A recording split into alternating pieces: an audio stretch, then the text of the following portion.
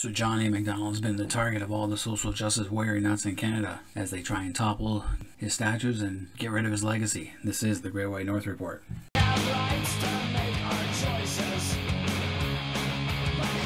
So over the past month, a group of activists toppled the statue of Sir John A MacDonald in Place du Canada in downtown Montreal. This was in the aftermath of a protest calling for defunding of the police force. Now, a handful of people climbed the monument, tied ropes around the statue, and held up banners before bolting and pulling it down. Good to see the police there.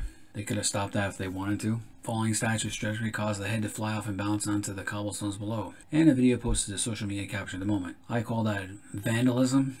And I like to put these clowns in jail and have them bunk with the Hells Angels. Find out what life is really like. This is all part of the Black Lives Matter, defund the police, decolonize Canada, all this such social justice warriors idiots out there. Supposedly this took place during a peaceful march through downtown Montreal that was organized by a coalition of black and indigenous activists. Yeah, it's so peaceful that they're resorting to vandalism. Alright. Now, one CBC journalist obtained a leaflet from a demonstrator who said it had been distributed to explain the act. Points to an online petition with more than 46 signatures asking Montreal Mayor Valérie Plante to take down the statue. Well, last time I looked, 46,000 signatures, eh? Montreal has what? 2 million people in the greater Montreal region? So 46,000 signatures is nothing. So basically we're dealing with the 1%ers in the Canadian population. And those 46,000 signatures, probably half of them weren't even from Montreal. According to these idiots, Sir John A. was a white supremacist who orchestrated the genocide of Indigenous people with the creation of a brutal residential school system, as well as promoting other measures that attacked Indigenous peoples and traditions. A diverse coalition of young activists, kids with nothing better to do, who probably don't even have a job. And of course no arrests have been made. What else is new? Hopefully Montreal puts the statue back up. So this happened in July too, with ropes tied around Sir John A MacDonald's statue in Regina during a demonstration. That they really have it for our founding father. Now they tied 8 ropes to Sir John A statue.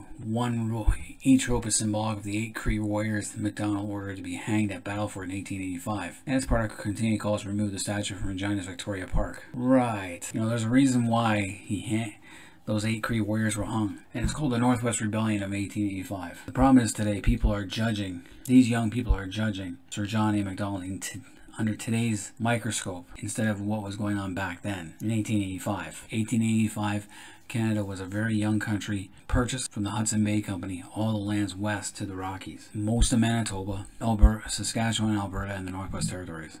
All that land was transferred over to Canada, and it was pretty much empty, so they were filling it. The government of Canada wanted to fill it to exert control. As a result, there was a lot of friction between the native populations because the buffalo had been decimated and their lives evolved around the buffalo herds. And with no buffalo herds, a lot of the indigenous population was starving. This was just a cause and effect.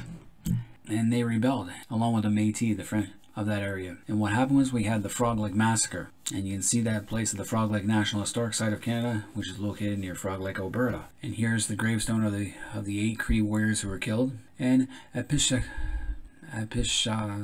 speech before dying. He admits that as a head warrior of the Crees in battle with the Blackfoot Indians I like to fight. I took many scalps, but after you the Redcoats came and the treaty was made with the white man. War was no more. I had never fought a white man, but lately received bad advice. What good is to speak of that now? I am sorry when it was too late. I only want to thank you, Redcoats, and the Sheriff for your kindness. I am not afraid to die. And he says goodbye. People forget that the indigenous tribes of that region were always fighting amongst themselves. There was no unified front anywhere in the indigenous population of North America. They were always fighting amongst themselves and could never coalesce into a single confederacy. Tecumseh tried and failed, and he admits that he fought and killed. This guy did. So here are the 8 men who were hung as follows and what their crime was. So their murder. They were tried in September, October, and the hanging took place November 27, 1885. And then it goes on to describe how it was done. This is nothing new for that time period. And you got to remember this during a Northwest Rebellion that was eventually crushed by the Canadian government. This is a message, a clear message saying we're not going to put up with that. So Trudeau condemns destruction of Sir John A MacDonald's statue in Montreal, saying that the actions such as that have no place in a society that abides by the rule of law. So why are they attacking Sir John A MacDonald? Not just because of that he hung Louis Riel and the 8 Cree warriors. It also has to do with the residential schools in Canada. Government-sponsored religious schools that were established to assimilate Indigenous children into Euro-Canadian culture. The first facilities were established in New France, but it usually refers to the schools established after 1880. Residential schools were created by Christian churches and the Canadian government in an attempt to both educate and convert Indigenous youth and assimilate them into Canadian society. However, the downside was the schools disrupted lives and communities, causing long-term problems among Indigenous peoples. The last residential school closed in 1996. Think about that.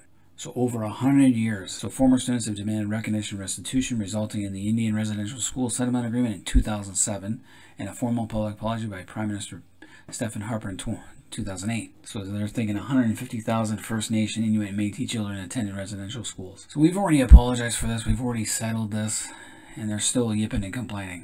1880 to 1996. That means not only was Sir John A MacDonald, it wasn't him personally, it was his government. Somebody threw around the idea, other politicians lashed onto it as a good way to get the Indigenous people away from their traditional lifestyle, because the buffalo have been decimated, so they're starving anyway, and get them to start farming and train them. Now, unfortunately, when government has their hand in everything, they screw up, and a lot of abuse happened. So think about that. It started with Sir John A MacDonald's government, then it went to Laurier's government, Borden, Mackenzie King, Saint Laurent, Pierre Trudeau, Clark, Trudeau again, Mulroney, and Chrétien.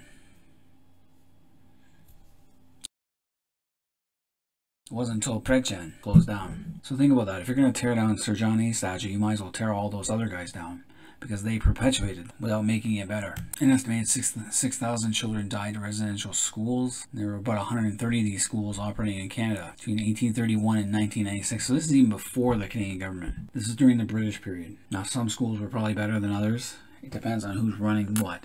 It's a shame. It is. I agree. I would not have wanted this myself.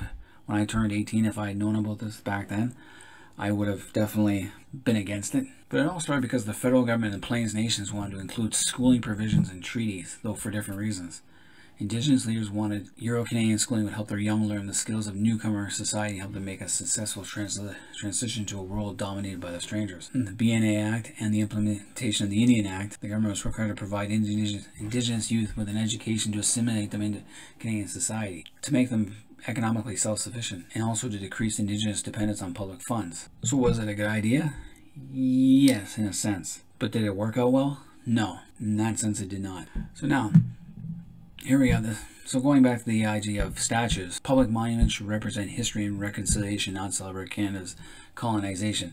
Well, first of all, Canada started out as a colony. There was a long colonization period before Canada existed, and when Canada became a country, we colonized the West. We are a colonial country. You can't hide that fact, and you can't bury it. Sir John A had a lot of faults, but with great men come great faults. He made his mistakes. He did what he thought was right at the time.